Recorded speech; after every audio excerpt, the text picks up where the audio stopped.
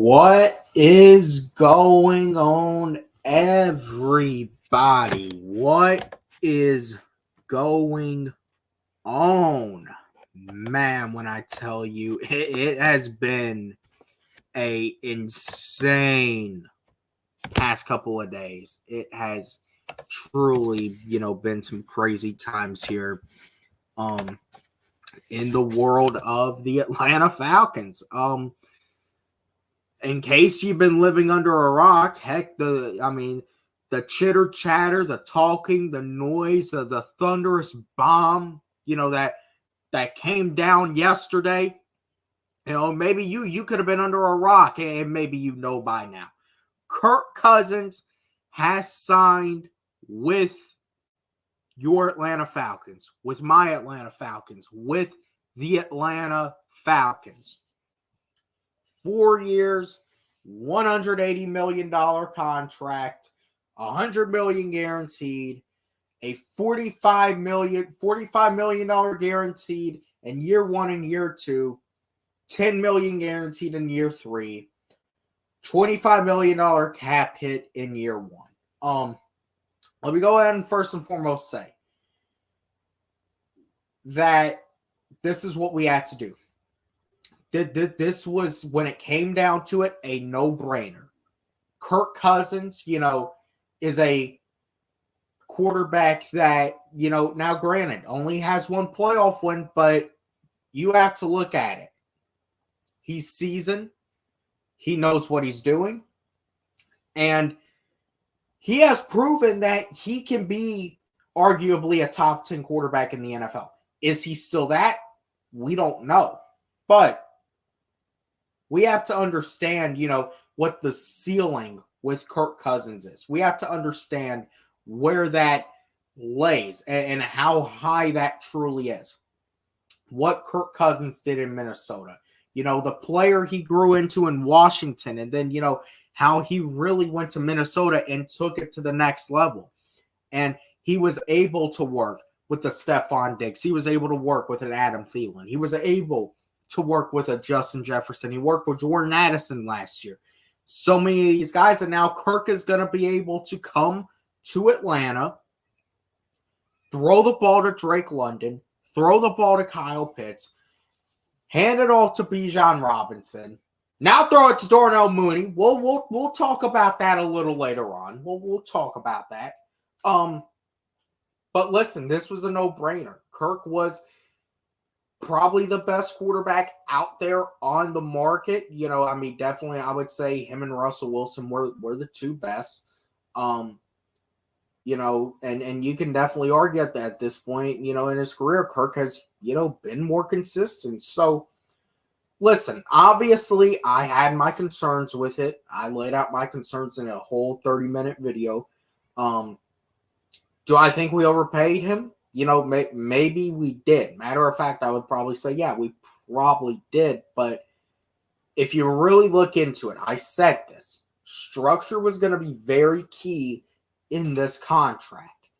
And when you look at it, you look at the structure of the contract. It's a $25 million cap hit this year.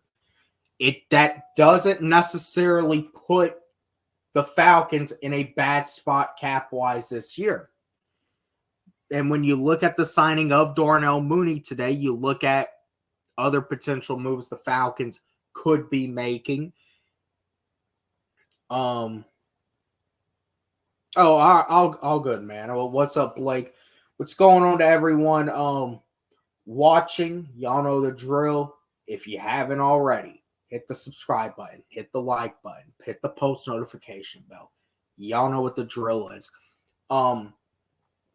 But yeah, listen, you have to realize that this Kirk deal, at the end of the day, Terry has been able to structure this thing, it looks like, to where it's not the worst case scenario. Structure is very key in a lot of these contracts, and I really don't think a lot of people understand that. It's, people will look at a number, 4 years, $180 million, and think, oh, we're paying that. No, we're not paying him $45 million a year, or at least that's not what is going against the cap. The the salary cap is key in everything in the NFL, and a $25 million cap hit in year one. Now, I don't know what the cap hit is for year 2 and year 3, but the Atlanta Falcons are in win now mode. And now let's go ahead and say this. This puts the Atlanta Falcons in a spot that they have not been in at least 7 years, which is absolutely a win now situation. Maybe now more than ever, because you have to go and take it now. You have the weapons. You have the quarterback. You have a O-line that I would honestly say for the most part, no, I wouldn't say it's the best in the NFL, but it's sustainable. They're good at run blocking and for the most part, good at pass blocking. And I know there's, the concern with Caleb McGarry potentially being a liability. Listen, I know everyone's talking about potentially we go and replace him, in the draft or in free agency. At the end of the day, that might just have to be a struggle that we live with. Now it could be a little bit of a risk with Cousins' injury. This Achilles injury is his first major injury in his career. It's actually the first injury I think he suffered, period, in the NFL. So we have to understand that we don't know how he's going to come back. We assume that he's going to come back 100%, slinging the rock around. We don't know that. That's why still it is very nice that we have Bijan Robinson. We have Tyler Algier to lean into that run game when, the passing game, it's not an ideal situation. But overall, look, I think, Kirk is, a hardworking quarterback. I think he's going to get back to 110%. I think we're going to see Kirk Cousins come back, and then he's going to be back with a vengeance. And I think you also have to realize a lot of why he did this, a lot of why Kirk came here is because of his wife, Julie. They have 2 young boys, 2 or 3 young boys. I know they have, young boys. I don't think they have a girl, but they have 2 young boys. I could be wrong on that. I need to get myself familiar with that because goddamn it, it's the Cousins family now. That's at the top of the food chain for now. But anyways, with that being said, Kirk did, what I think his family wanted him to do coming to Atlanta. I think Kirk definitely wants to be here. Matter of fact, I saw already they were packing up. They're ready to come here. That I think tells you that this wasn't just something that came together Monday. This was something that everyone felt, what was the inevitability.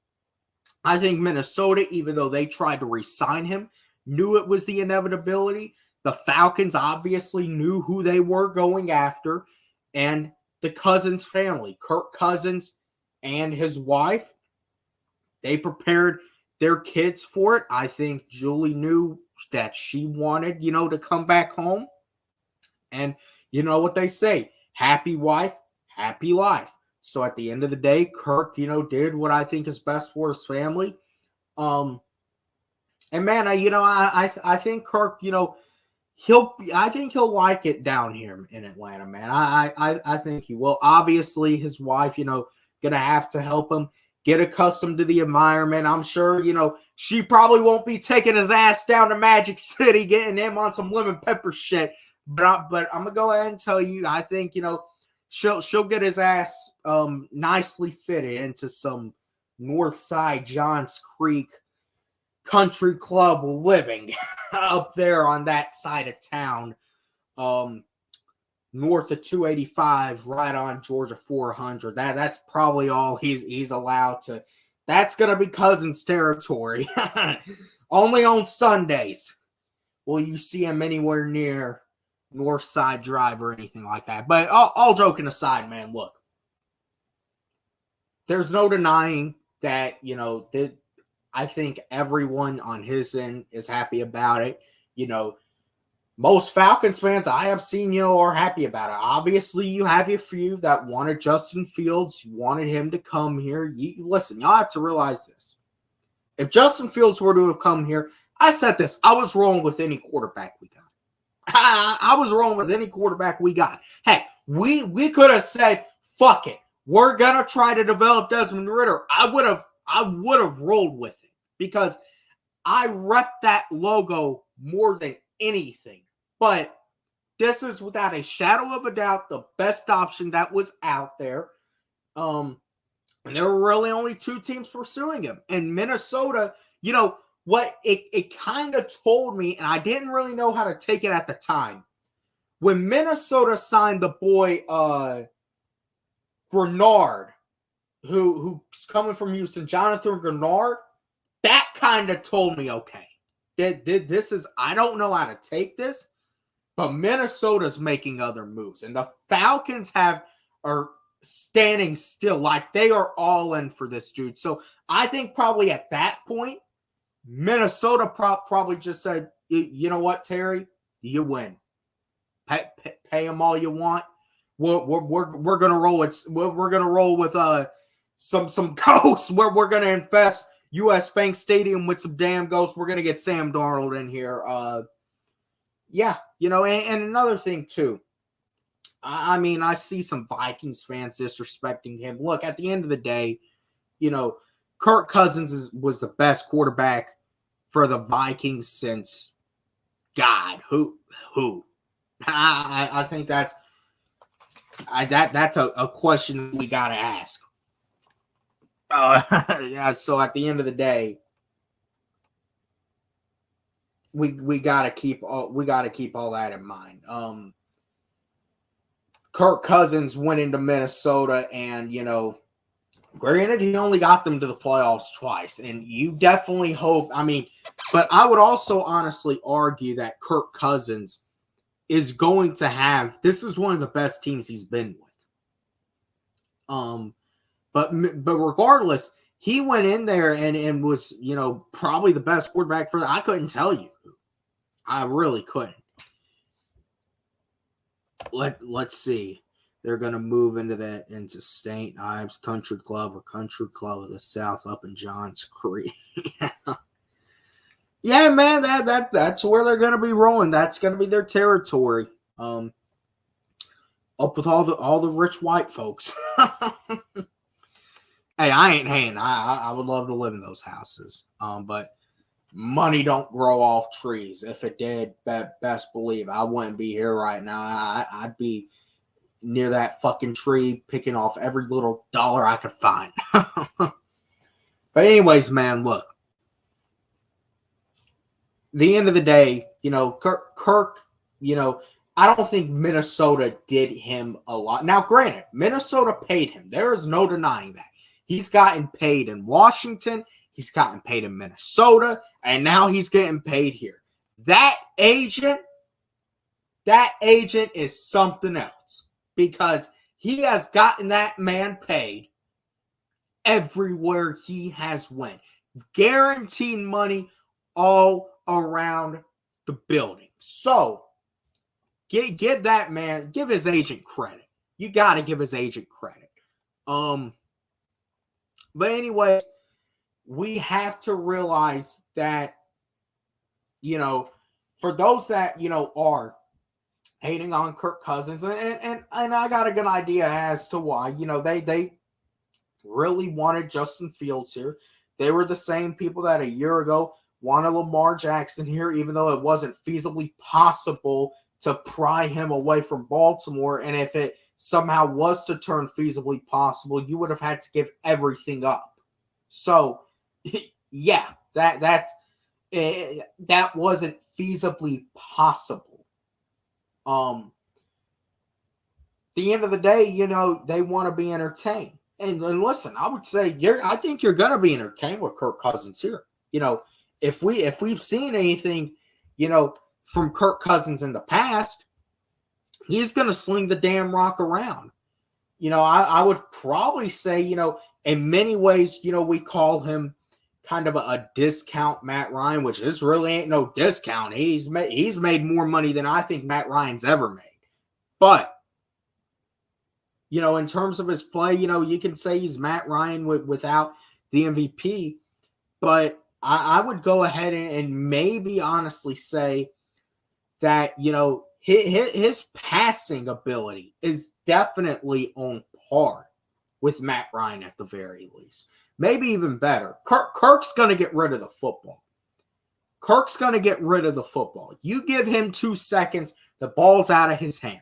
It's going to be in the hands of Drake London. It's going to be in the hands of Mooney. It's going to be in the hands of KP.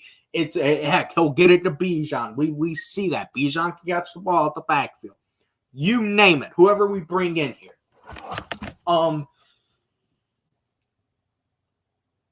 Yeah, no, I mean that's another thing too. Let's get into the chat for a second. What's up, Skylar? What's up, Savage Falcon? Yeah, man, Daniil Hunter went to the Texans. I kind of want to talk about that, and I'll talk about that in a second. Yeah. Yeah, man, no, I'm probably honestly going to give it another watch, to be honest. I'm going to have to give quarterback another watch, really just to see him. One thing I'll say about Kirk, man, well, yeah, we need to, I think I'd rather forget that shit. I think that shit's in the past. But anyways, man, if you watch that quarterback series, one of the big things that was prevalent is Kirk is actually a very nice guy.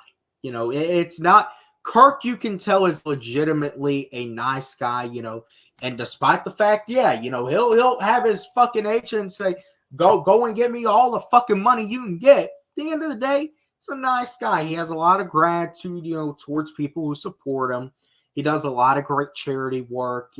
Him, his wife, they have a lovely, beautiful family. I'm sure, he is raising his boys right, and at the end of the day, he wants to get them in a place that they can retire at, that they don't have to, move again. This is her home. She is coming back home.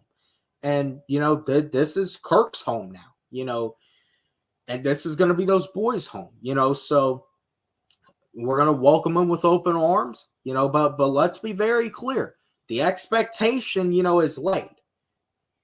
This year, it is absolutely playoffs or bust. Now, if you thought last year was playoffs or bust, if you thought any other year was playoffs or bust, this year is playoffs or bust. You have to win the NFC South. You have to win that division and get that home playoff game. And I would honestly probably say you have to at least win one playoff game. So, listen, it is a tall order for Raheem Morris, who's not getting the luxury that, most other head coaches get, in terms of, okay, we'll give you about, a 2-year grace period like Arthur Smith got, and it was really about to turn. We thought it was a 3-year grace period and his ass fucked it up. But listen, we've already been over that. Raheem's not getting no grace period. Kirk has been paid the money. Kirk is the what? He has made nearly $400 million now in his NFL career. And we just paid him what? Nearly $200 million, $100 million guaranteed. Listen, everyone's job is on the line now. Raheem's, Terry's, the water boy, everybody. So they better hope to God Kirk is healthy, Kirk comes back, and Kirk is playing at his top level. And this is another great point. It's a much tougher schedule than it was last year. You listen, we lost to a 1-win Carolina team, which obviously, we'll be able to whoop up on their asses 2 times. We lost to a 1-win at the time Arizona team. We lost to Will Levis. We lost to a Vikings team that literally just lost Kirk the week prior to Josh Dobbs. You ain't getting that again. Well, look at this shit. We got Dallas coming through. We got Mahomes and company coming through. We got to go up to Philly. We got to go. God, we got Harbaugh coming through. Tampa Bay ain't gonna be no slouch. End of the day, y'all gotta realize this shit. The pressure is on. Pressure is absolutely on. Matter of fact, I don't know if there's enough pressure to describe how badly the Falcons need to get to the playoffs this year. We ain't talk about woulda, coulda, shoulda, but at the end of the day, listen, absolutely, yes, that's in the past, as I say. The pressure is on. Listen, nobody is getting any excuse made for them anymore. Not Terry, not Raheem. And listen, Arthur Blank saying, go get it done, him, being a meddling owner, as do I necessarily like to see that? No. But Arthur Blank's looking at everyone right now like, okay, I just gave y'all my money. I just let y'all pay this man. Y'all better get us to the fucking playoffs this year. If y'all don't, if we are not in the playoffs, if we are not playing January football, matter of fact, if we're not playing January football in that nice, beautiful stadium that I built for you all, someone's getting their head fucking chopped off. So yeah, pressure is absolutely on. But listen, there is great reason for excitement. There is overall, I feel excitement. I feel energy. I feel passion, coming back for the team.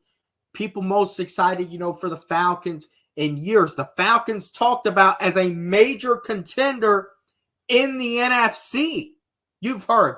Talked about, really after San Francisco, Detroit, and let's say, God, really after San Francisco and Detroit, you can maybe put, the Cowboys, the Eagles just got Saquon, so maybe put the Eagles on there, put the Cowboys on there. At the end of the day, after that, or you're looking at, you could put the Packers there, you could put us there, you could put the Rams there. The pressure is on, and look, the Detroit Lions made the NFC Championship last year when no one expected them to. In Detroit, it was get to the playoffs, get that experience, maybe win a game. They made it to the NFC Championship, and if they didn't get so greedy, they would have been in the Super Bowl. So the pressure is on now more than ever, I think, to be honest, I think a successful season for the Falcons next year. I'm going to go ahead and call my shot. You got to win the division. You got to make the playoffs. You got to win at least a playoff game. You do. You have to win a playoff game. You have to show the capability to go and make a run, to have that, be able to go and make, that big splash, make your presence known, be in the Final Four next year. Hold on. Let me see. We got a little bit of breaking news. You say Carolina just acquired. Well, let's go ahead and find about that. Let's go ahead and find out about that. You say Carolina just traded for this motherfucker Deontay Johnson. Let's see what we got. Let's go ahead. Refresh Twitter. God damn it, you gotta fucking come on, work with me. All right. Let's see here. Let's see. Let's go to Shefty. See what Shefty has. All right, here we go. The Steelers are sending wide receiver Deontay Johnson to the Carolina Panthers. A new weapon for Bryce Young. Johnson has a $3 million roster bonus due Friday, and the Panthers will now pay. Well, look, I'm going to go ahead and say this. Deontay Johnson, he really don't scare me much. He's a good wide receiver. He is, but he's no game changer. He's not going to, shatter the world. So at the end of the day, that's just the reality. Deontay Johnson ain't nothing to be too scared of. You maybe go for 1,000 yards. A receiver going for 1,000 yards in the NFL today, that's, it's an accomplishment, but it's not, what it was even 10 years ago with all the rules changed. So, yeah, man, look, I'm not really – Carolina's a mess. I think Carolina, they have a better coaching situation. I think if Tepper were to let them work, I'm taking, everything, biasness out of it for a second. Maybe Carolina, but Carolina is still, a few years away. They just traded away Brian Burns for a second and a fifth. They turned down 2 firsts for that man. And even look at it, Deontay Johnson. And now if Carolina would have got T. Higgins, I would have said, okay. That's kind of, and that kind of, that concerns me a little bit. Really, Deontay Johnson, come on, man. But anyways, getting back to the Falcons talk. Which safety you think we snag? Well, we're going to have to go ahead and look at that in a second. I want to, talk, just summing up everything about Kirk. Listen, I'm excited. I'm hyped. I'm ready to get back in the bins. This year, I think that this has to be the year. I'm ready to get back in the bins. We got some big games this year. I'm ready to see this new Falcons team. We no doubt, have the best quarterback we have had since, I would probably say 2018, 2019, Matt Ryan.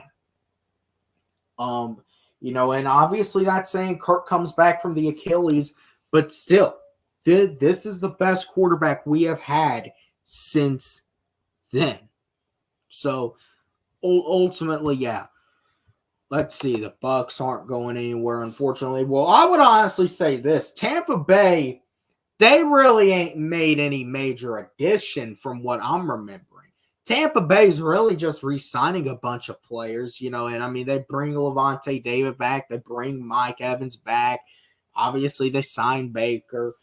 Tampa's an 8 to 10 win team, and I don't think they really go anywhere.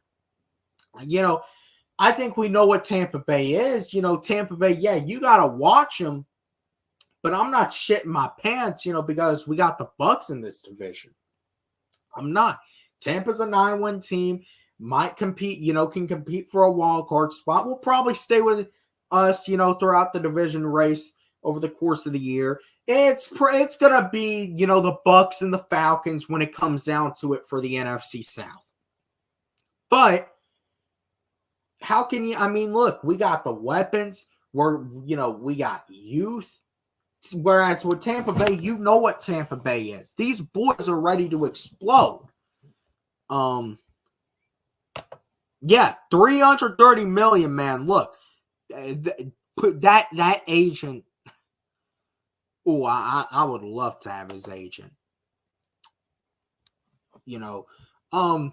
And let me go ahead and talk about this. Go a little bit more into the Darnell Mooney signing. It was a 3-year, $39 million contract, $26 million guaranteed. Now I'm gonna have to see the cap hit on him.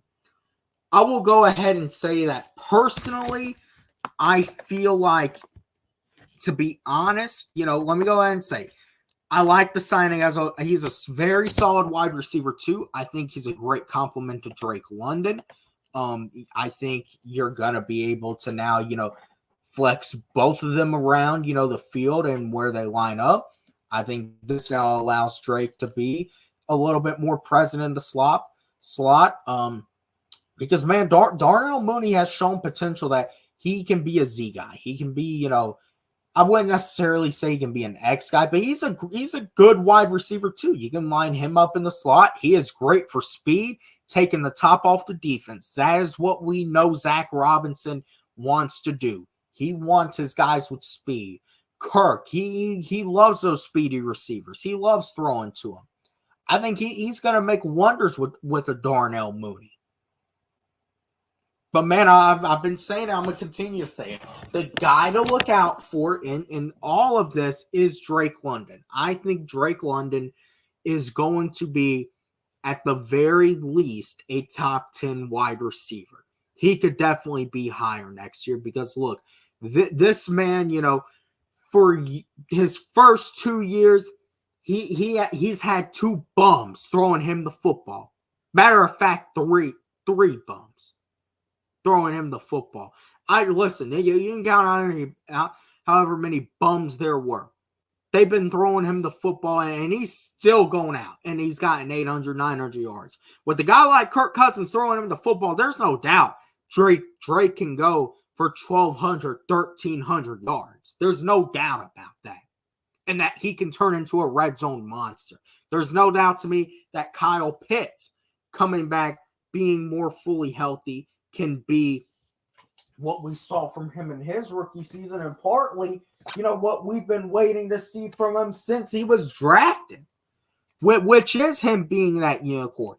His versatility in the slot, seeing Kirk maybe throwing it up the sideline to Bijan, obviously seeing Mooney, whoever. We also have to keep in mind we still got the draft, and I would probably say the Falcons definitely are going to be in the market to draft a wide receiver. Now, I will go ahead and say I feel like signing Darnell Mooney could give a big indication the Falcons are going to go on the defensive side of the ball at number 8.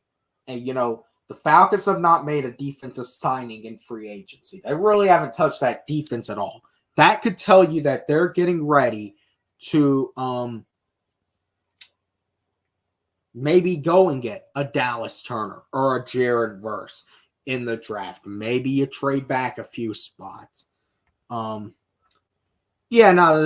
Saints, they got Gary Kubiak's son to go be their offensive coordinator. If I think I'm right there, if I'm not wrong, I think they went and got Gary Kubiak's son to go be the offensive coordinator over there in that swamp. The city, Swamp Town, New Orleans, Louisiana. Let's go ahead and let's take. But overall, to sum of Darnell Mooney, and then I'm gonna kind of go ahead into maybe what there still is, and we'll go from there. Listen, I would probably honestly say we did overpay for the guy. If it was more like $10 million, then okay. But at the end of the day, the Falcons had to add a wide receiver too. And this is a guy that's going to fit perfectly with Zach Robinson. He has, a quarterback with a great arm throwing it to him. No disrespect to Justin Fields, but, I wouldn't say Justin Fields is the most polished passer. That is why we went with Kirk Cousins over him. But anyways, man, so let's go ahead. What Blake was saying, let's go ahead look at some of these safeties that could still potentially be available. Obviously, Xavier McKinney signed. There's been some guys that have signed. Let's take a look, man. Maybe you bring in a Micah Hyde. Maybe you bring in you bring in a guy like that. I really don't know. I don't think he got signed. Let me make sure. I don't think he got signed though. Jordan Fuller. I think that's probably still the guy to look out for at safety. What would be Jordan Fuller, as I say. So I would probably say Jordan Fuller is still a name to look out for. You made additions to the offensive side of the ball. I really feel like now you have to start going and adding to that defense. And obviously, you still got to fill out depth, at a lot of pieces. You still got to fill out that wide receiver. You still got to go get some more guys in there. Maybe go get a KJ Osborne, who I still think is out there, who has played with Kirk. He can be a nice little depth piece. And then obviously you can draft a wide receiver. Maybe you add an Achilles Weatherspoon. Pass rusher. That's, I think, the big one. If they do not add a pass rusher in free agency, they gotta be taking one at number 8, I think. They gotta be taking one at number 8. I would have assumed that they really probably wanted to add Leonard Floyd. Obviously, the San Francisco 49ers messed those plans up. We actually heard today the Falcons were trying to make a run at Darnell Hunter. But the thing is, and really that Brian Burns deal, and talk about Carolina, they're being torn apart from their inner core. They lost probably 2 of their most valuable players on defense in Frankie Louvu, and obviously they traded Brian Burns to the New York Giants. But the Giants gave him $30 million a year. And when talking at Darnell Hunter going to Houston is loading up. They're loading up to make a run, but ultimately, I just don't think it was possible for the Falcons to do. They were not, I think, going to sign, after they signed Kirk and they signed Mooney, another pass rusher for $25 million. That's just not feasibly possible. You got to add at other spots. I do want to go ahead and look at let's go ahead, take a look at. I want to look at some pass rushers still available here.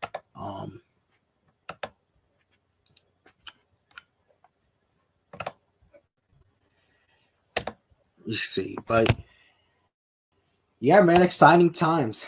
Exciting times. Let's see. So obviously Jonathan Bernard signed. They still got to update that Darnell ownership, but he did sign with Houston. Well, he will sign. Nothing. The start of the league year is tomorrow at 4:00 Eastern. So after tomorrow at 4:00 Eastern, that is when everything becomes official. That's when Kirk Cousins becomes official. Darnell Mooney becomes official. We signed a tight end from San Francisco, Charlie Warner. He's going to be more of a blocking tight end. I think the Falcons, they could definitely add a depth piece. But also overall, I think what it really boils down to is I could honestly see, that the Falcons really kind of staying idle, at outside linebacker, pass rusher, and then on draft night, we make Dallas Turner and Atlanta Falcons. Is number 15 available? I want to know that. Is number 15 available? If so, get that man, his jersey already, man. I love me some Dallas Turner. And y'all know why, if y'all know.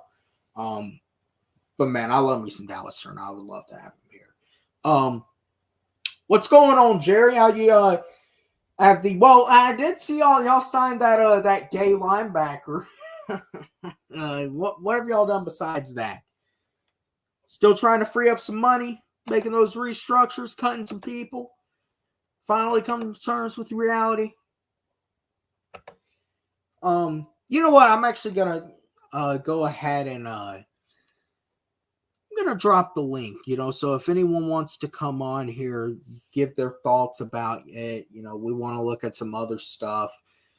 Go ahead. The link is in there, man. You want to come here, come on. Give your thoughts about everything. Your thoughts about Kirk Cousins. What you think about the signing, how you feel about it. I got a little bit of time. Not too much, but I got a little bit of time. So feel free to come on here and give your input. Yeah, let's see. Do we have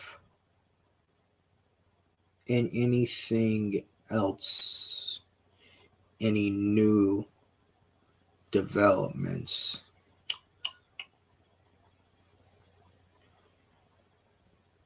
Trying to see.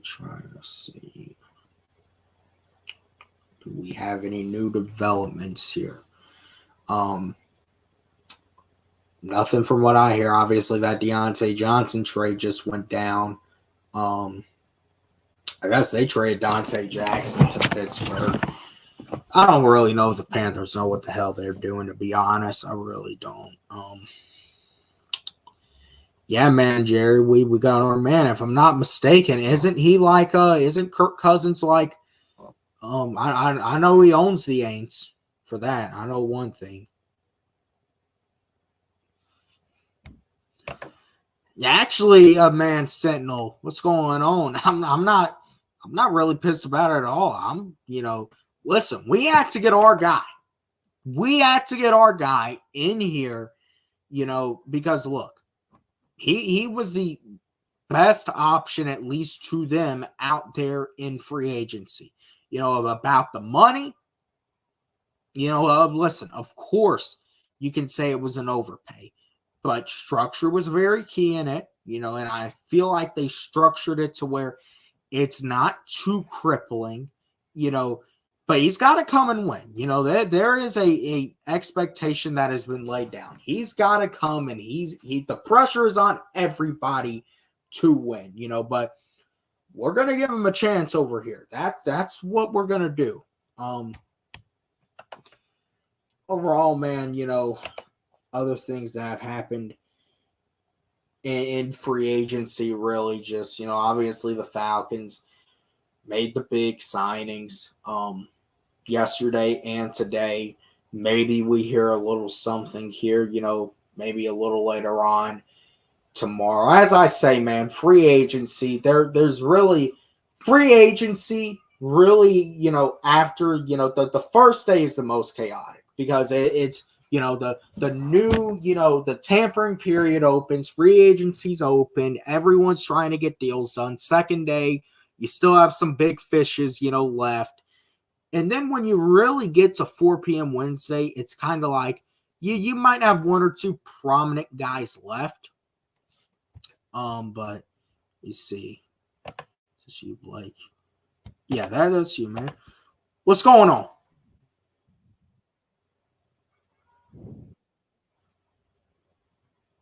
Well, What's going on? Hey, what's going on? You got the green screen and everything all fancy? Yeah, I feel weird being the only one up here with the camera. Yeah.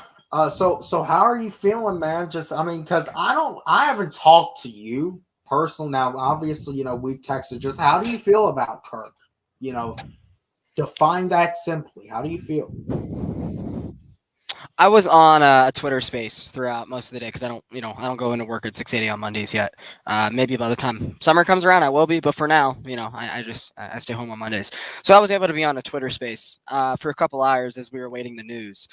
And, I had a feeling it was happening similar to you, a couple of days ago when they were showing shopping for homes in Country Club of the South with Kirk and one of his brothers. And then, they showed him spring cleaning on the Instagram story with the boxes. You kind of could see the writing. We know what was really going on. Yeah. And honestly, I just knew that no matter what they did, it was going to be canyons better than what we've had the last 2 years with Marcus Dez and Taylor. And so, honestly, I don't really care that it's an overpay that much, especially knowing how easy it is to manipulate the salary cap. I mean, hell, Terry has done it for years coming in all these contracts. Yeah, he's worked with Mickey Loomis for years, which Jerry can, attest to. They know how to manipulate the salary cap. The Saints have been in hell for years, but they always find a way to get out of it because they've structured their contracts in the bonus, which is what we exactly did with Kirk. The cap hit is a lot lower than the actual contract because A, the guaranteed money is only 10 years or 10 million, after year 2. And it's been put so far into the bonus that I honestly feel like we're in a great spot. And, getting Darnell Mooney today, awesome.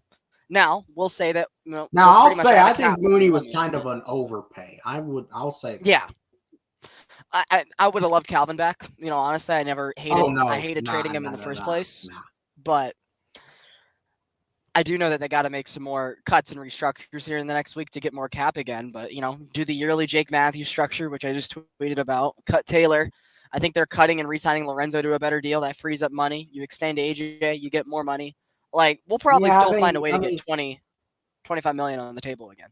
So listen, I think you have to go ahead and you have to analyze that as this. And I see that action going on in the chat. I'll get to it in a second. You have to break it down to that ultimately the Falcons really are not, they're not done here. And we're going to see them listen, I said this. You're going to have maybe your one or two major signings. And I would say Kirk is obviously I think if there's a word above a major signing, that's what Kirk is. I would say Darnell Mooney, that is kind of actually a major signing. I mean, look, $13 million a year, that's a lot, but probably after that, I would expect you pick up a DB. I would probably expect, you're going to sign some depth, but a lot of the rest of these deals are probably going to be, the bargain deals we've seen 1 year, that Terry, thrives off of. And, we got to start, looking at Terry Fontenot, in terms of, well, I'm not going to go there yet, because number one, it's a completely different sport, and number two, AA actually has a ring, but if the Falcons can start having results here in the next few years, you got to start talking about Terry Fontenot like how we talk about your boy up in Cobb County. But let's go ahead and let's get to the other side of this, the big concern, about Kirk Cousins. And I see it in the chat, and let's talk about it. Only one playoff win in 12 years. Was it a desperation move? I see you, Augusta Gator. Listen, it was a desperation move. Remind me who that playoff one is against, though, Chandler. Who was that playoff one against?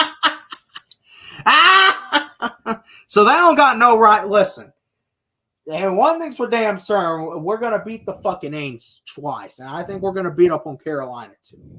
I don't know about twice, but definitely not getting. Oh, we're definitely getting them once, though. Yeah. Hopefully, it's the one that matters more. Put it that way. Well, we're definitely going to get them once. Yeah, it was absolutely. Now, Augusta Gator saying it was that coach hire. Well, let me go ahead and. Well, he's bringing up the win percentage, just to. Well, that is true, But at the same time, man, that was with Tampa Bay. What 15 years ago. 15 years ago. Yeah. Listen, he was Sean McVay's age when he got hired. Damn, so you wanted Justin. I mean, now I'll go ahead and say this. I think you have to look at it through the perspective of I can understand the injury concern. Listen, we do not know for a fact if Kirk is going to come back 100% from this Achilles. However, number one, there is no denying we know what Kirk Cousins is. We have seen Kirk Cousins can be a consistent 4,000-yard passer in this league. He gets the ball into the hands of his weapons. And what has Justin Fields really done in his career? What has he really proven in his career? What? He's got wheels. Of course he's got wheels. You can have wheels. You can be able to run as fast as you want. It's about reading defenses. It's about, being able, to put those balls in, tight spirals, and drop it into a bucket, making those critical throws to win football games. And at Justin Fields, I don't think has proved it on the level of a Kirk Cousins. Now, granted, Kirk Cousins has definitely not done it on the level that other quarterbacks have done it. And he's going to have to. There is pressure on it. As I have said, the pressure is on Kirk. It's on Raheem. It's on Terry. It's on the Falcons organization. You have to win this year. And I would probably say with all the money we've invested, you got to win a playoff game this year too. Same can be said for Raheem. Yeah, absolutely. Same can be said for Raheem. We haven't seen Raheem, win as a head coach consistently. Raheem obviously has experience in the organization. That's what now how far that experience takes you, how you chop that up, I don't really know. Is that necessarily a good thing or a bad thing?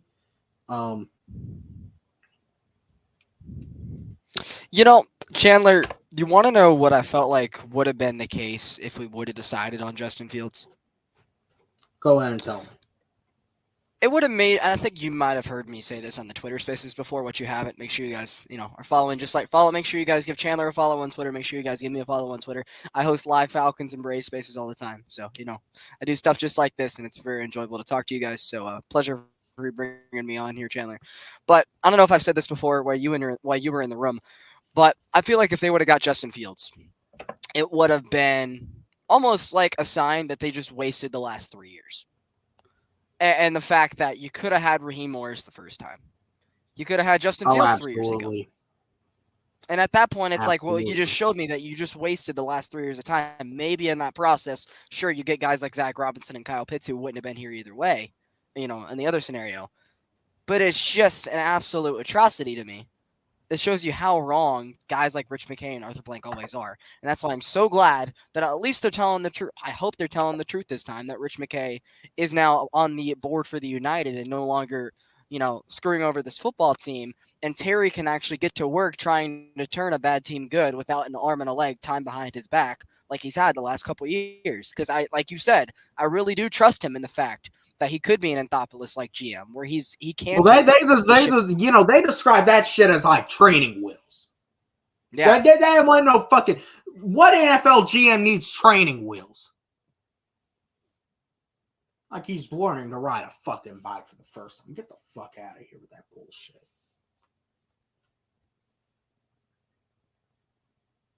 I just changed my stadium background. How you like it? I love that stadium. I love that place. Can't wait. It's nice.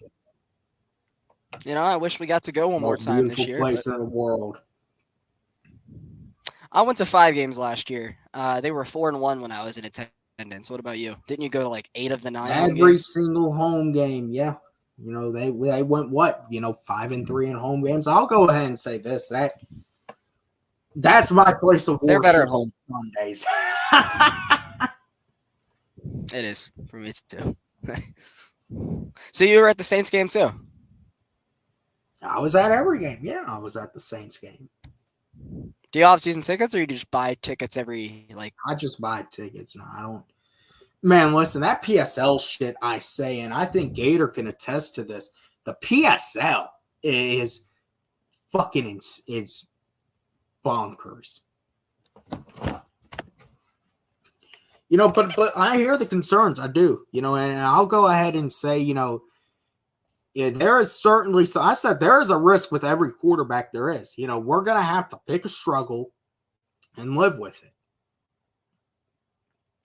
I definitely am still on the boat that they need to go sign a backup. Like you and I were completely on the buck, on the thought of getting Minshew, but he played so well last year. He's pretty much, I feel like, earned himself a starting job. I would say you go and get Carson Wentz, but to be completely honest, Carson Wentz has an injury history too. I think you want to go get a backup that is, for a fact is solid in case anything is to happen to Kirk. What are the top backups out there right now? Well, let's go ahead and look it up. Let's put a couple criteria for 2 seats. Yeah, do you got that money? You got $5,000 for PSL alone? I'll pay $70 the night before. I got parking free from the bar lot, and I'm chilling. Exactly. $70 once every 3 weeks, chilling for me. So let's go ahead and look this thing up. Let's see who we got. We got obviously Minshew signed with Vegas. Might end up being their starter, honestly. He played well enough to earn that possibility. It's going to be him and that O'Connell boy. Yeah. Or Justin. Okay. Obviously, it's probably going to be a pocket passer. You're not going to back up Kirk with a mobile guy. It's probably going to be someone that's had history in MMA. Hey, Blaine Gabbert's a free agent. No, thanks. You don't want Blaine Gabbert here as a backup? Nah. I don't know if he's better than Ritter at this They point in might time, to be have honest. re-signed him, to be honest. I don't know. I'm seeing some guys on here. I know they re-signed. I don't know if Pittsburgh Imagine re-signed it's just Mason Taylor. Rudolph or not, but they got him on there. I wouldn't hate that. I wouldn't hate it. Because you just don't have a guarantee that Kirk is going to be healthy week 1. So I just want to make sure that you got somebody else that fits the You would assume Robinson he is, offense. because I mean, what he tore the Achilles. He tore the Achilles in October. November. You know, no, it was October. It was late October, right before Halloween. So what? You assume he's cleared fully by training camp. I hope Maybe so. put in a little prayer. Well, his wife probably does that every night, so. you know, She listens to gospel music at the games. Christians. So. They're good. They're both yeah. good Christians. I didn't know this. You know, he appears on like all, you know, these little Christian shows and stuff. So. And then he just casually goes and gets grills. Like, doesn't make sense to me. Well, man, look, we got to talk about this too. The run game. We still listen.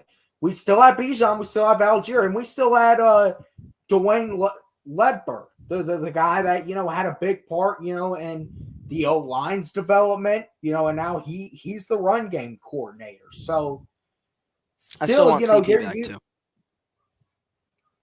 He's got to make that decision for himself, and I think that's the same for Calais. They got to make that decision if they want. I want them back. Like, they're those two guys. I listen. I would want them back too. They got to make that decision for themselves. If you want to be back, okay. But if not, then we got to move forward without you. That's funny, Augusta Gator.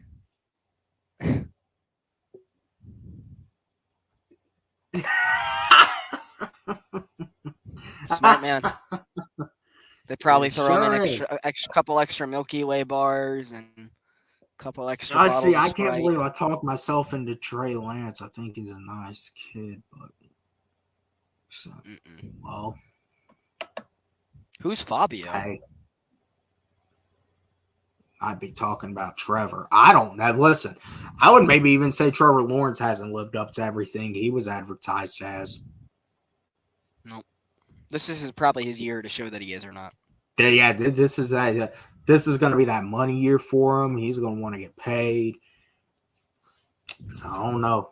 I think they're going to have to really look. I mean, I think you can give him that first year grace period because of Urban. Like, that was just so bad. So his second year was really his first year. He did bring them back to the postseason. They had, you know, they had to beat Tennessee twice to get there. Then last year they were the 1 seed at one point in mid-November. He got hurt, didn't get to finish his season. So the flashes have been there. You just got to see it consistently. And next year is his year to prove it, especially with them bringing in Gabe Davis, another weapon with Calvin Ridley probably coming back, which, by the way, if they're going to do it, make it happen tonight, Jacksonville. Don't screw us over. They're not going to, because let me tell you, they play petty. And listen, to be completely honest, you got to think about it. They would be dumb to bring him back tonight, because there's a difference between a second and a third. Well, is it their pick? Or is it just a comp pick from the league? Or are we directly taking a pick from them? We're going to take their pick. I feel like so makes a little bit more sense then. I thought it was a comp pick we're getting from the league, and then maybe it's like, okay, they have their pick, we have ours, but definitely is confusing for sure why they don't want Let's see. Oh, this is... Calvin had a great year, man. He really did not. I don't think he had as good of a year as many people say. Blank needs to sell the team well. Listen. And 1,000-yard receiver. He was an 1,000-yard receiver as a wide receiver 3, 2 years out of the league, and shooting blanks. Trevor man, we gotta find out what who's taking over after he kicks the bucket. That's what I want to know. Who's after? I mean, it'll be his two sons. You know, probably his son Josh, particularly. We gotta know what he's going to. How he's going to run this thing.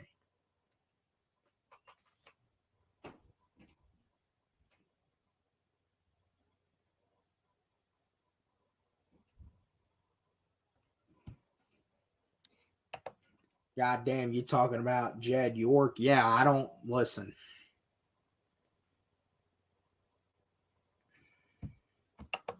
Yeah, no, yeah, and listen, I truly think Arthur Blank wants to win. It's just, you haven't been able to.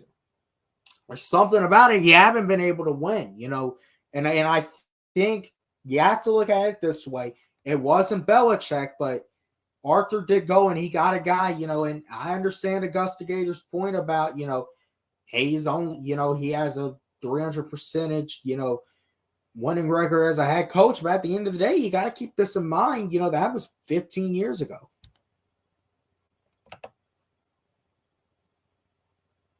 Oh, my bad.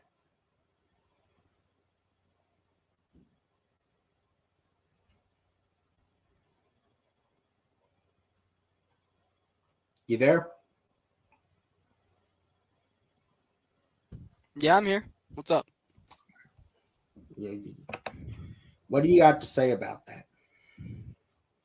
About what? About Ridley?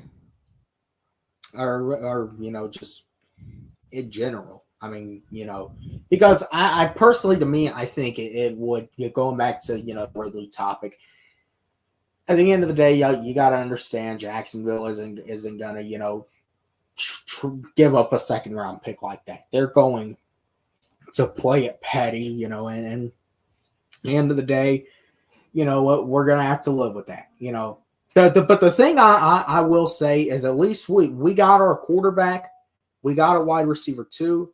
We didn't have to give up any picks to do it.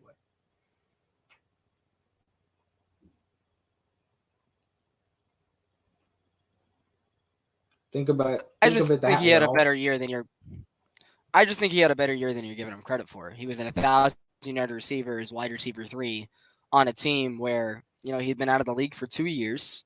And as we just stated, Trevor hasn't really lived up to the expectations, was out for pretty much half of the season and still put up stats.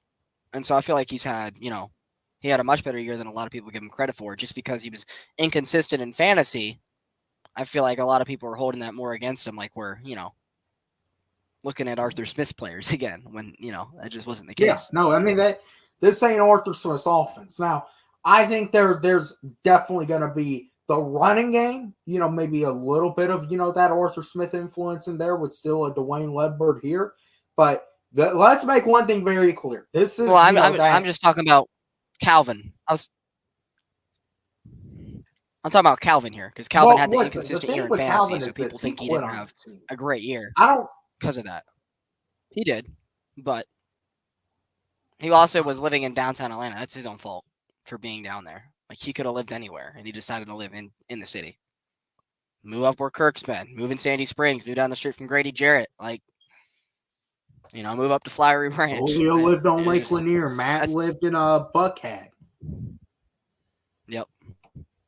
He lived in the city. Like, that's his own fault, to be honest. Where he lived, one of those down near Summersville. Hey, he lived over near Summersville. He was really down there. Robbed twice. Damn. Yeah, like duh. I kind of why are you down there? I didn't. I thought like Grady lives in Sandy Springs. One of those high rises. Yeah, Grady. A lot of the players I feel like live in Sandy Springs because it's close enough to downtown, but also a decent day drive to Flowery Branch. But they're still way out there, man. Like I have no idea where half the players live just because they are so far out there. Far out there. I know Julio had the house on Lake Lanier. I don't know if he still has it. Matt still has his house in Buckhead, I think.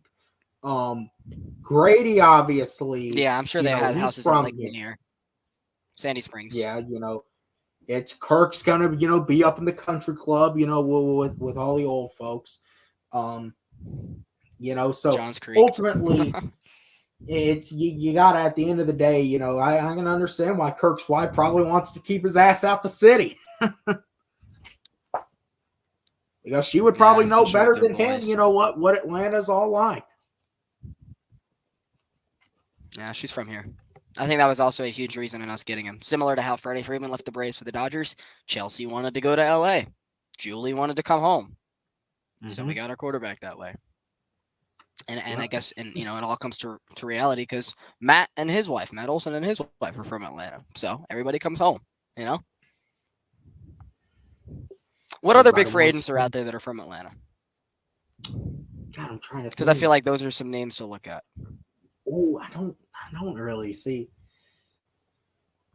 We were just having a conversation a few weeks ago, and I think we were talking about the whole Southeast with the Braves. You cannot tell me that, being from a big city like Atlanta, any of that. I think, matter of fact, I want to go ahead and say Darnell Mooney. Let me go ahead and look this up. I think I saw this circulating somewhere earlier today. He's from Gadsden, Alabama, which is about 2.5 hours from Atlanta, and that, listen, this was probably his team growing up.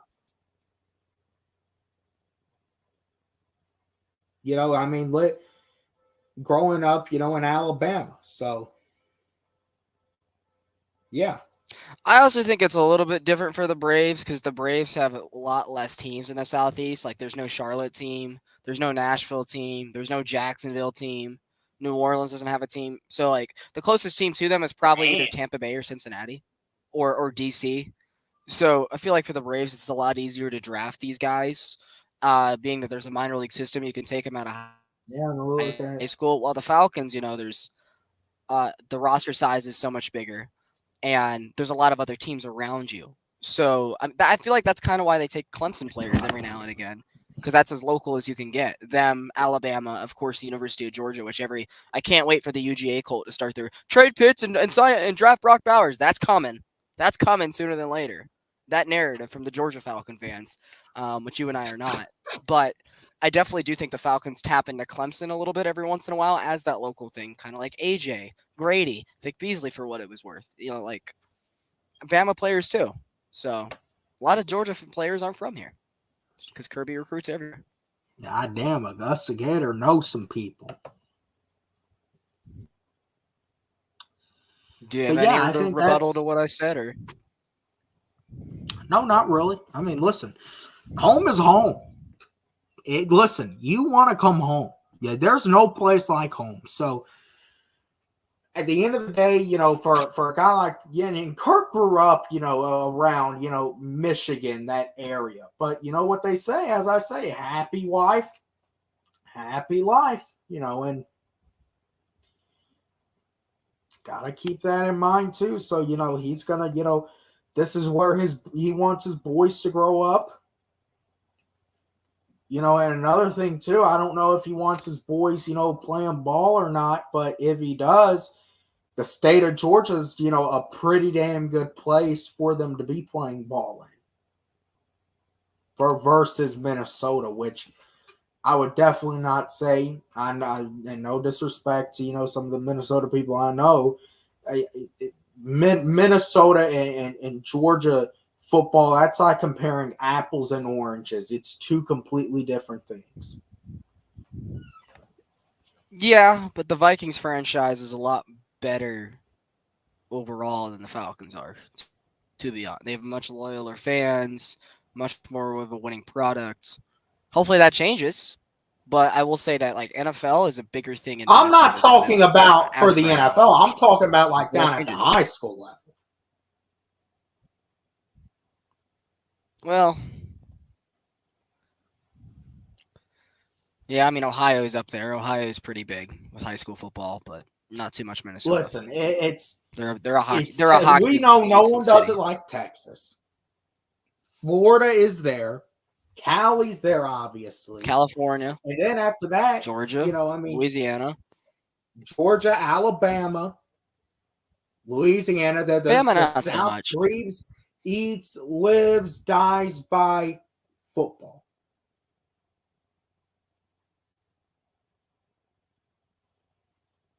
I just happened to go to one of the schools in the state that had the worst football team to mankind. We win 2 games a year. Still do, as I still do play-by-play for my alma mater. So I definitely didn't get the greatest experience of like high school Friday night lights. Yeah, they haven't won a game since I was a junior in high school, and I'm 20.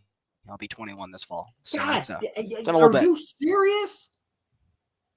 Yeah. Now, road games, they might have won a couple, but I only do the home games, of course. And I have not been able to say that's a win for the Trojans since I was a junior in high school. And I graduated in May of 2022. So yeah, it's a little bit. That It's usually 40-0 at halftime. Yeah, like they for whatever reason when I graduated they classed us up and we started playing against like the Waltons and the Kells of the world, and I was like, we just do not stand a chance. We just don't. No. Blessed Trinity, So it's pretty rough. So Yeah, my school is a baseball school for sure, or my school was. I don't go there anymore. Yeah, nah. That's I think I mean, but look, overall the state of Georgia, and especially you go down to South Georgia, them boys are something else. Valdosta, man, Valdosta, that entire area. Albany, I'm sure is good. In that department, Savannah. Man, and then you're talking about, that those ain't no Atlantas. Also, Columbus, Macon. It's all over the state, man. Milledgeville. Yeah. Trevor Lawrence went to Cartersville, which is north of Atlanta, about 35 minutes or so north of. It comes from the north end of the state as well. So there you go. Yeah. And then, you go about a half an hour south from Cartersville, you hit Ackworth, and that's where Darren Waller and Justin Fields are from. That went to North Cobb and Harrison. Yeah, no, I mean, Justin Fields went to Kennesaw. Harrison High boy. He went to Harrison. Yeah, he went to Harrison. That's in Kennesaw. So you have to understand, man. That Georgia's a big football state. Everyone talks about Texas. Everyone talks about Cali. Everyone talks about Florida. Georgia is right there.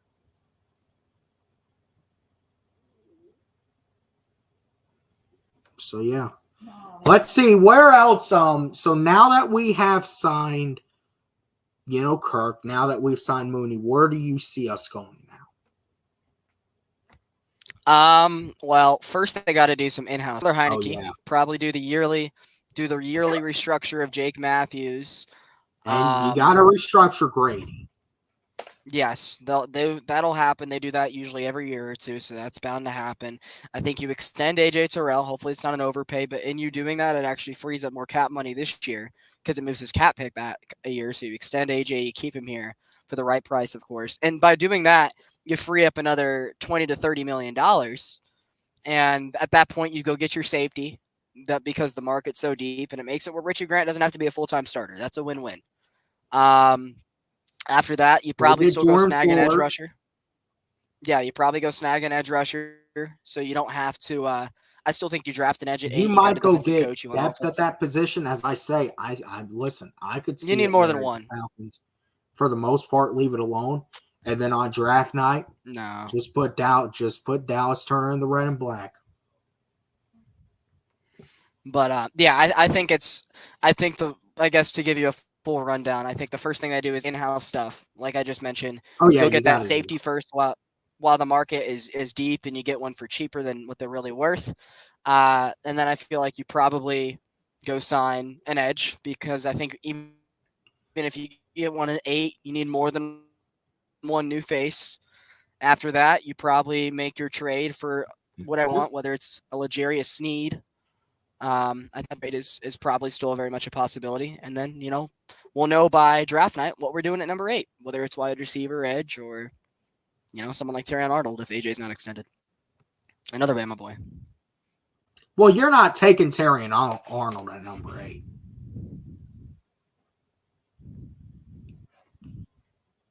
I just no, you'd have to trade back. We'll know by draft night what we're doing. We'll know by draft night where we're going, I think, but I think I would say that probably. I really think the Snead thing is happening, though.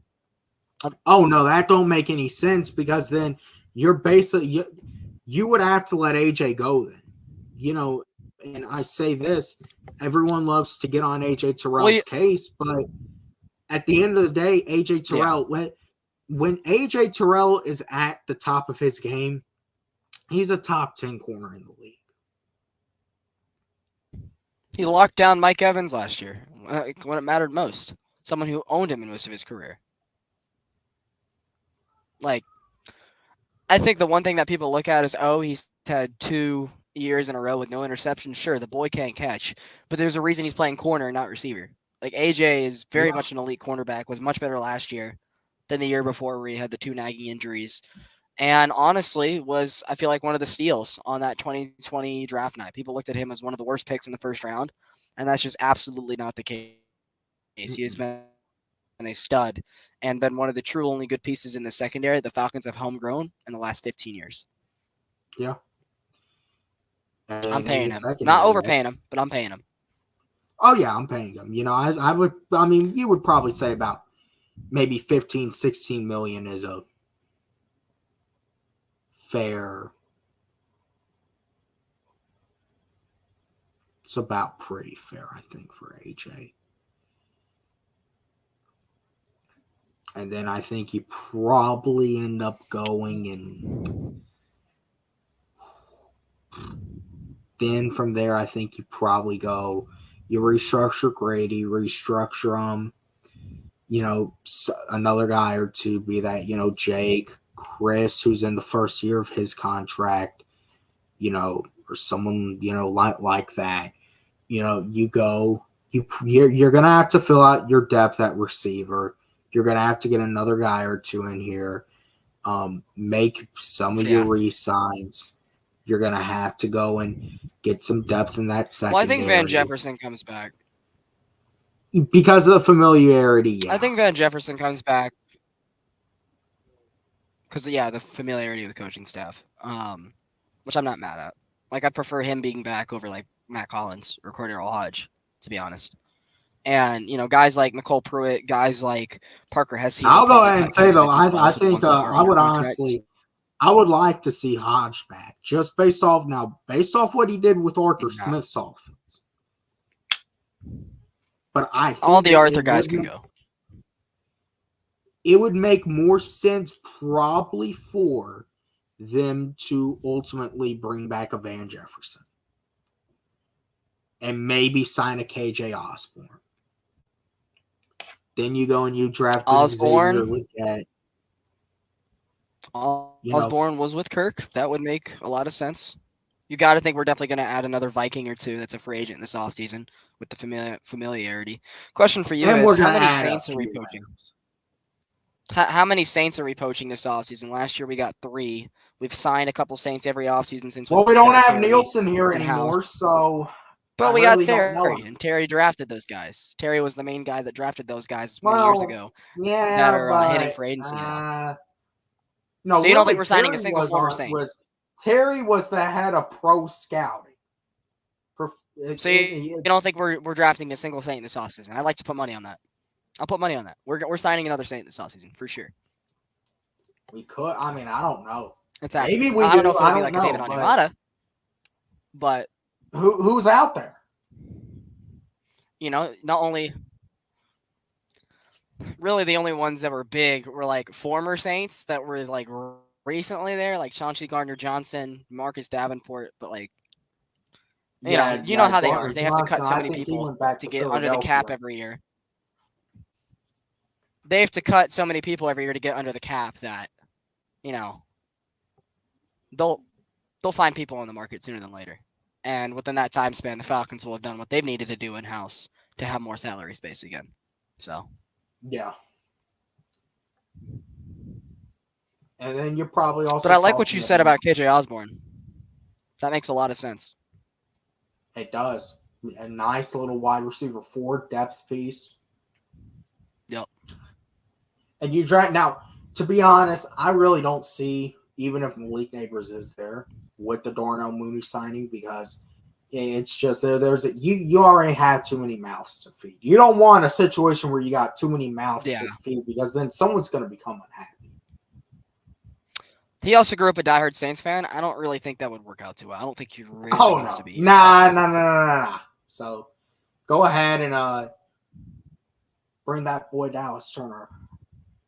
And like for Jaden Daniels, if that was still on the table, which obviously it's not, but like he isn't from Louisiana. Sure, he played there, but like Joe Burrow, grew up elsewhere. Neighbors was a Louisiana kid, born and bred. Reps Jerry's black and gold. So obviously that'd be a little off. Same thing, like if the Bears end up taking Caleb Williams, bro, That is going to be so awkward because bro grew up a diehard Packers fan. Like, I don't know why Bears fans aren't talking about that at all. Because that would just be the funniest thing. If he's like, man, I got to suit up for y'all. Same thing would happen if Malik Neighbors was here. I feel like he'd be a diva just for that reason alone. So, but like you said, offense the last 3 years, we had an offensive coach. Raheem, obviously, a defensive guy, similar to what Dan Quinn was when he was here. We drafted defensive guys night one. I think it's going to be Dallas Turner. Would you rather or have Jared Turner or Verse?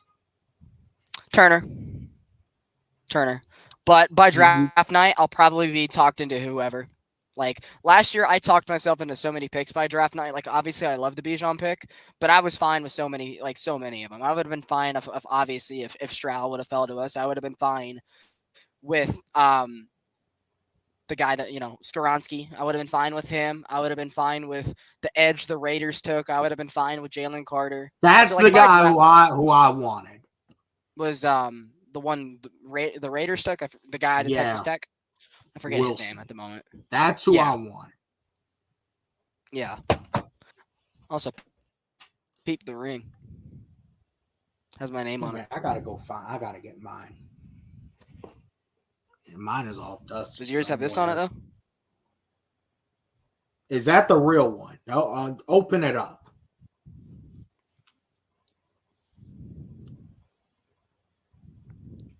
No, I mean like open the ring up. Can you do that? I got that from. Oh no, they didn't give employees the open up option. They didn't give employees the open up option, but this did. These were probably each $1,000 a piece.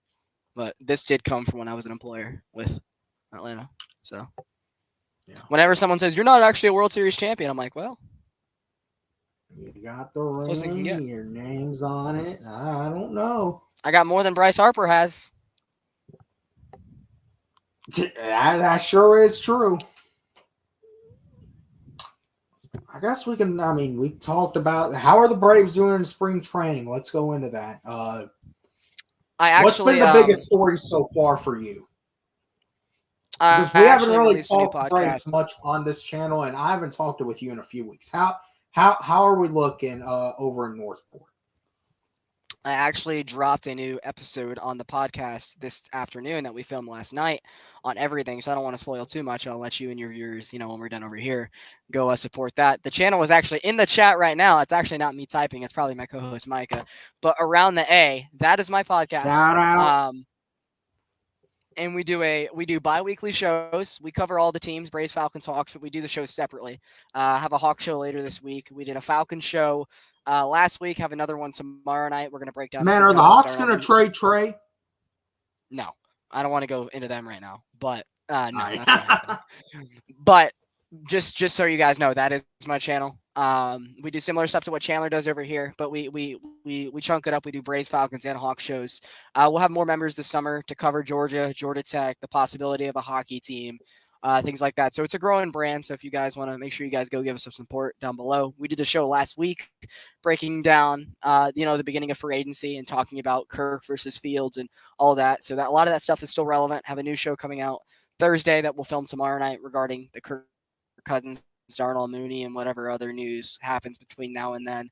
But regarding the Braves, like you asked, which obviously a new show came out today, I've mostly been focused on the starting pitching. Obviously, that's where I land. I feel like the Braves just need a healthy starting rotation to help them in a short National League Division Series, because the offense isn't just going to stop going cold. Like, even people act like the bye is the reason the offense has gone cold. The Braves have had slumping offenses for years in the playoffs. And the reason is, Chandler, it's simple. Good pitching beats good hitting. And the Phillies, the last 2 years, have had a better starting rotation with Zach Wheeler, Aaron Nola, and Ranger Suarez. They are better than Max Fried with the blister issues, and a Spencer Strider, who's still only 2 years into the league. Could be better than Zach Wheeler by season's end, but as of right now, probably is not. And Ranger Suarez has just had a career ERA of under 1 against Atlanta. So, those 3 guys shut down a good offense. Obviously, that's how it. They shut us down in the regular season. A couple times too. The times we could lose. Chris Sale, and you hope more. But is he going to stay healthy? Chris Sale hasn't been healthy since 2018. Chris Sale's gotten off to an amazing start, but he's got to. What matters is October, and I would say Dylan Dodd and Jared Schuster killed spring training last year. Just remind me how their season went. So it's like you got to take some things with a grain that's of salt. kind of, as I say, Chris Sale, isn't he a former Cy Young winner? Yes, he is. He And, was and, a and you're comparing him all-star to 8 Dylan years in a Dodd row. and Jared Schuster. I'm just saying that spring training results don't mean much at all. Like, I just take them with a grain of salt. I mostly just look for how the command looks. How does your velocity look? How are you striking guys out consistently? And for the hitters, I'm like, how's your plate vision? Are you getting on base? That's really what I like. Michael Harris hit a home run for the first pitch of spring training.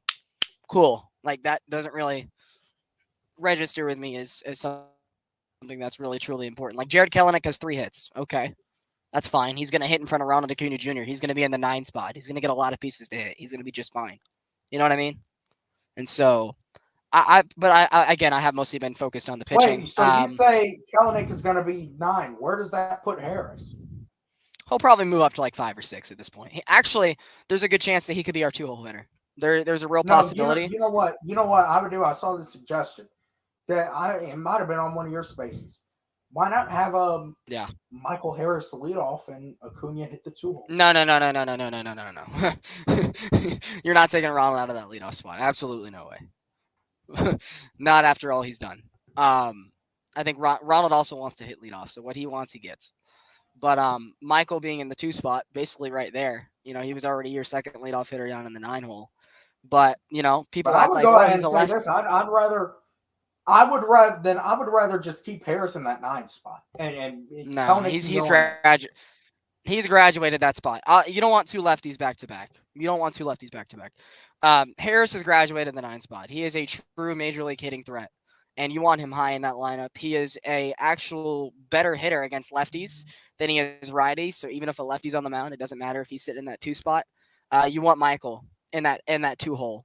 And you put Kelenic in the 9 spot. And I don't know if you played baseball a lot growing up, but I'll explain to you why whoever hits in front of Ronald Acuna Jr. is going to have success.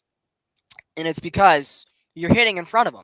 So the pitcher is obviously never going to pitch around you with Ronald Acuna lurking on deck, especially with guys on base. The Braves offense you're gonna get strike out a lot. There's always going to be guys on base, so you're going to get stuff to hit. That's why Orlando Arcia was an all-star last year. He hit in the 9-hole for over 2 months because he was getting pitches in front of Ronald Acuna Jr. You eventually moved him up to 8 or 7, and obviously he became the player he was in Milwaukee. And so put Jared Kelenic in that 9 spot. He's got plus speed, and he's going to get pitches to hit, whether it's him or Forrest Wall out there in left field, which Forrest Wall has had a hell of a spring too. He's probably worked himself onto a opening day bench spot, the former 2016 first-round pick. You put him in that 9 spot in front of Ronald Acuna Jr., and they're going to have some chances to do damage. And I think that's all the Braves really need. Just have them be serviceable. They don't have to be anything special. Just be the 7th best hitter in the lineup. Only let guys like Azuna or Arcia have worse production than you, and that's all we're looking for. I do still hope that they go out and sign another righty outfielder. Like Michael A. Taylor's out there, and I've been banging on the table all offseason to go get him as a platoon possibility for Kelenic if he's slumping a little bit. And also because he has plus defense out there, and over a full season, something at some point is going to happen to Michael or Ronald with how hard those guys play every day. They're going to miss some time. It's just the inevitable. So you need somebody else out in that room. And for the folks saying to bring back Adam Duvall, no. Been there, done that with Adam Duvall. Please go get me Michael A. Taylor before opening day if you're not going to sign any other starting pitchers. And I am so thrilled with how this team looks. The rotation just has to be healthy, man. It wasn't last year, and that's the reason they lost. The Phillies' rotation was healthy in a short series. I want to go back to the Falcons in a minute because a little bit of news came out from I don't know if you can say it's not Adam Schefter or Rappaport, but it's a guy, he called, the Darnell Mooney signing, and he talked about Neil Hunter as well. But who does it I see. Who does it look like? We're going to pull it up in a minute. Who does it look like the Braves what does it look like that rotation is going to look like come opening day? Yeah, I mean, is Fried your opening day pitcher? Probably Strider at this point in time. It's looking like Fried is going to be your Strider, I think, is your ace. Fried goes number 2. Which also, Chris Sale. By the way, I'm still extending Max Fried, by the way. If I was Alex Anthopoulos, there's a reason I was at Shot Fest Well, with it the ain't gonna sign. happen, but I'm gonna go to every one of his home starts this year with that sign to make sure. I keep getting interrupted, so never mind. it ain't gonna happen.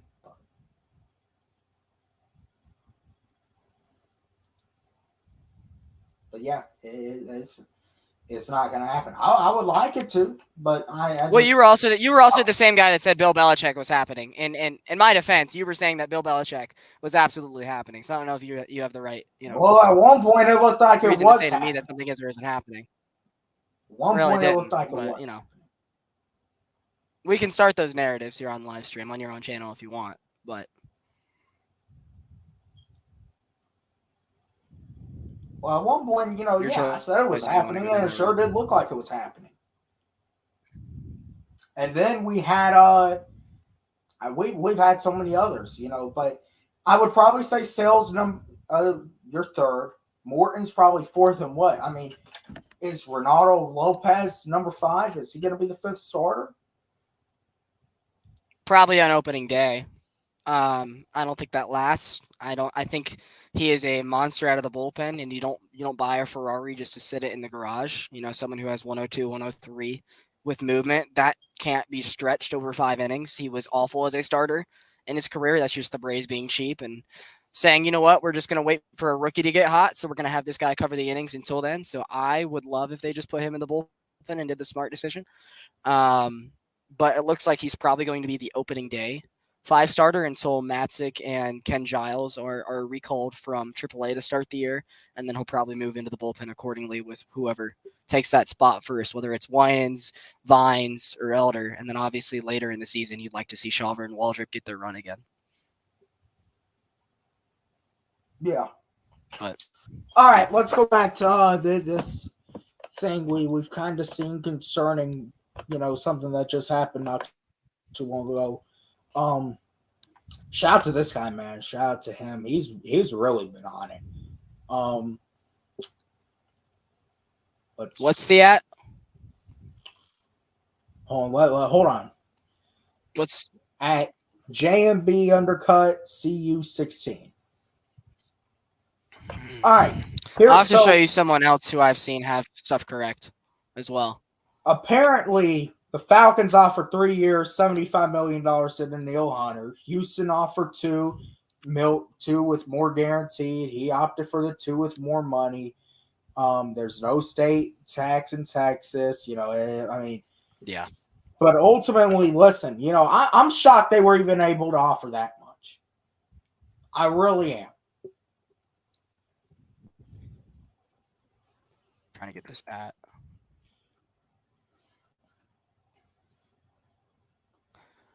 This is actually news to me. Oh! This is Jeff Benedict? This is the guy who his son in that profile picture? He played baseball with me growing up. I know this guy personally. That's ironic. This guy right here?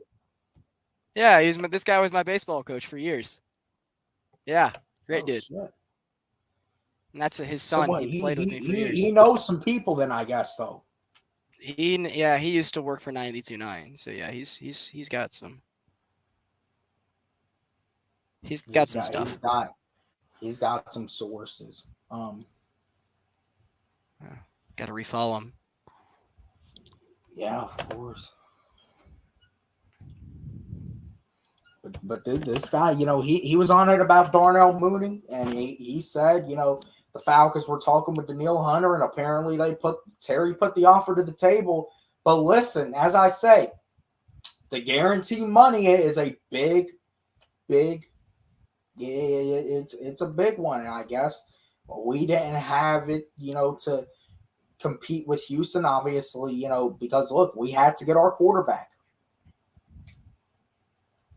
And that's where I now say, I think you probably look to that number 8 pick to go and get a Dallas Turner. Maybe a Jared Verse.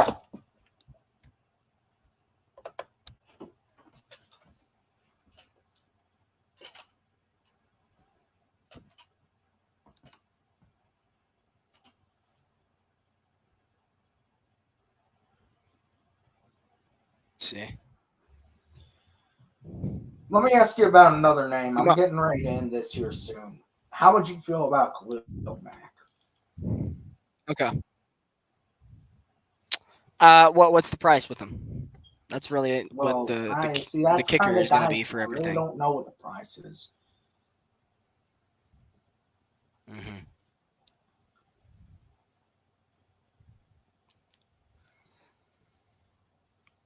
Well, that's going to have to hold up my answer for now, being that I know that we already got to make some moves to get back into the cap situation. See, I'm gonna have to look that stuff up actually now.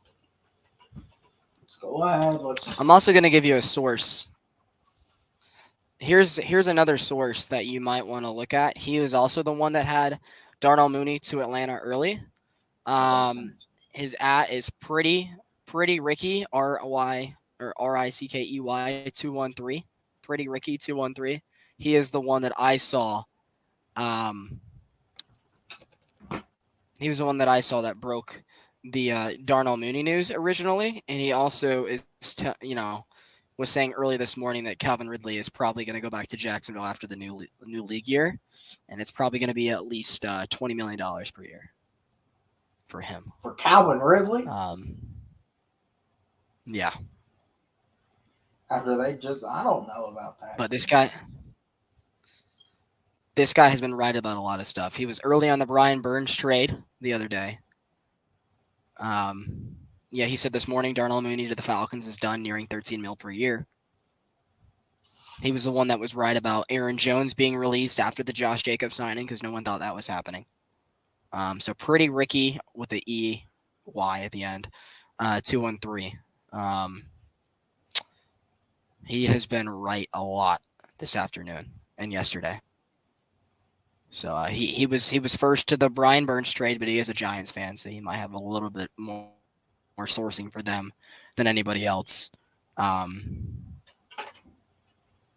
He was on the case first about Russell Wilson being a Steeler. So this guy knows a thing or two. That's pretty Ricky, similar to he's Jeff, saying Higgins to the Panthers is not imminent, and then the Panthers got Deontay Johnson.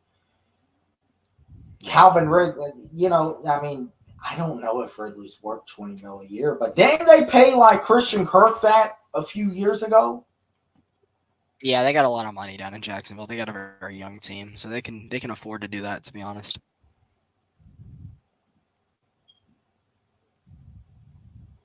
Guess so.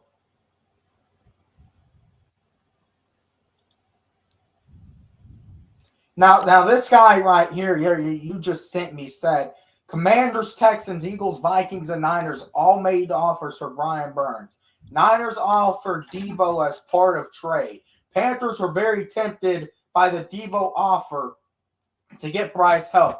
How believable. If they really turned down Debo Samuel, then Carolina is a fucking stupid-ass organization. But I don't know if I can believe that shit. I don't think you can be that stupid. They absolutely are a stupid organization, and we find ways to lose to them every year. So, shows you where we're at, too. We talked about that the night we lost to them, though, when I was on here. So Oh, yeah. They're worse than they're worse off than we are. Is there anything else brewing? Is there anything we got here with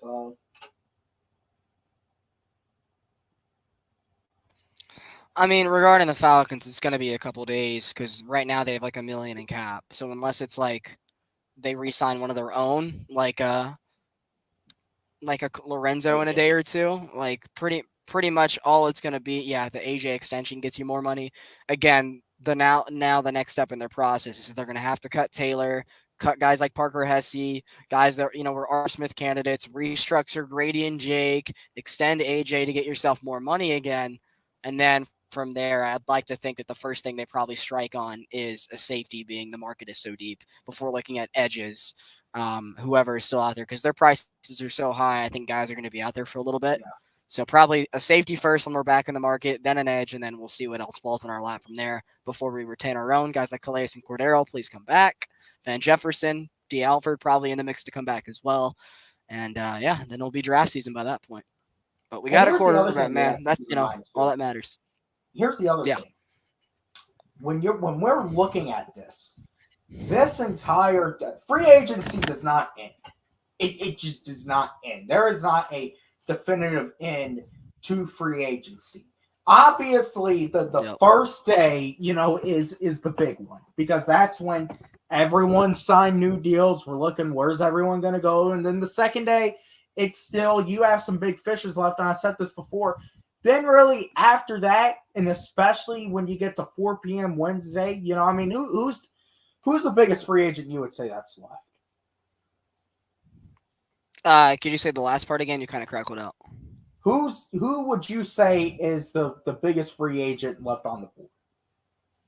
Like right now? Yeah. I'll give you an offense and a defensive name because I think the markets are completely different. Offensively, I'll probably go with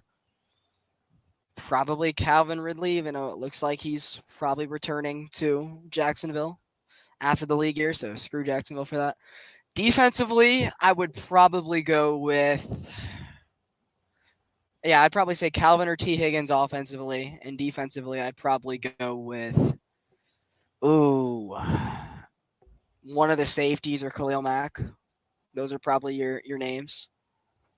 DBs also. Well, yeah, there's a bunch of safeties out there. Safeties are DBs. And corners.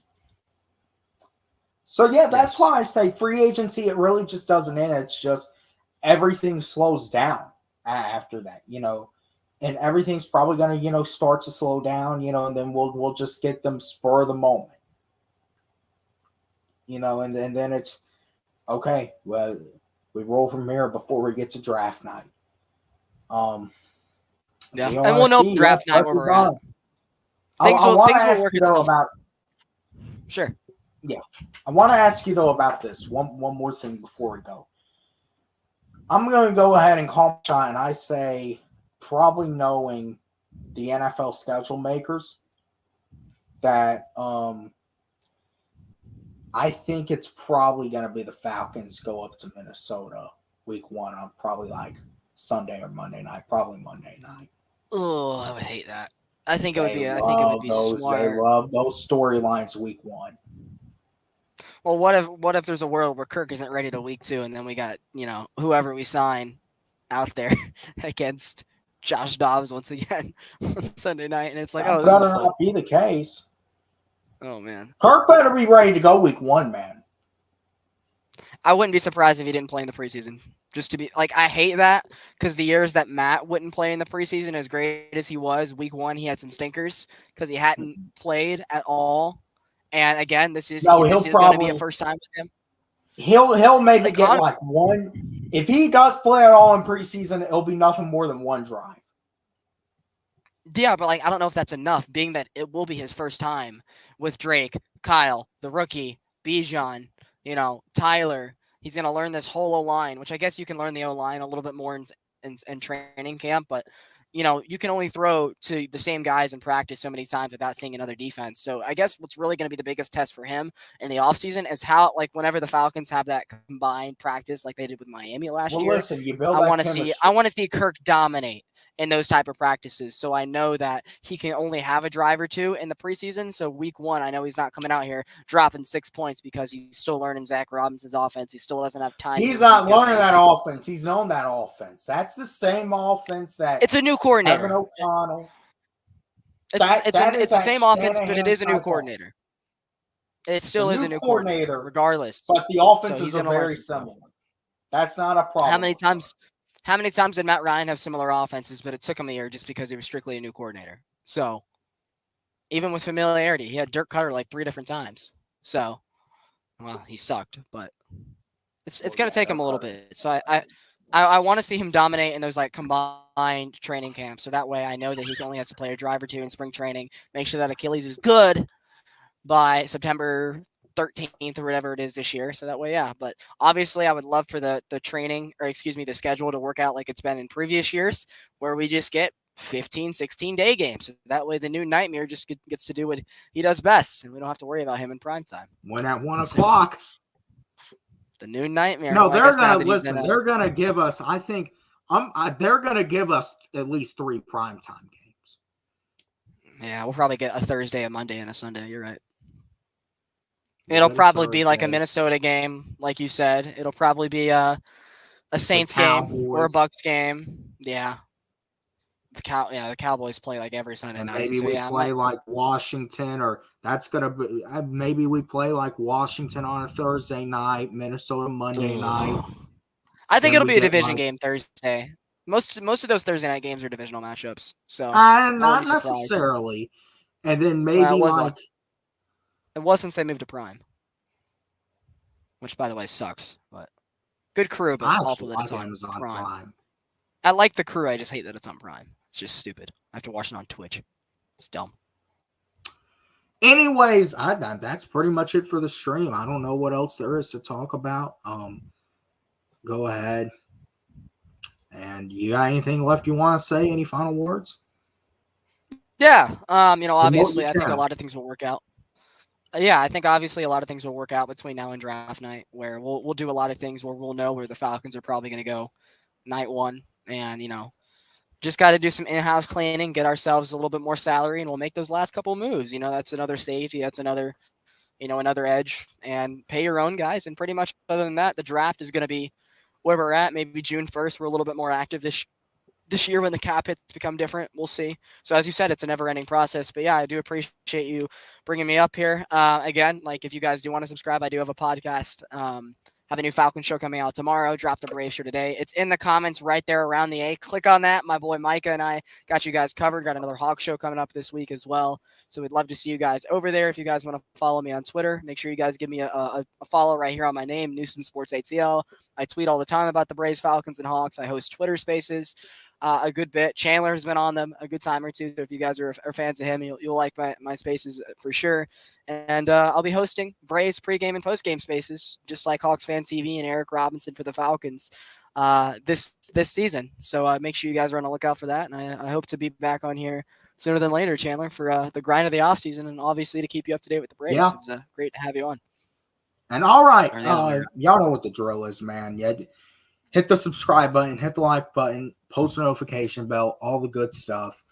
And I don't know the next time, I'll be on. Listen, anything major breaks, obviously I'll be on here, talking about it.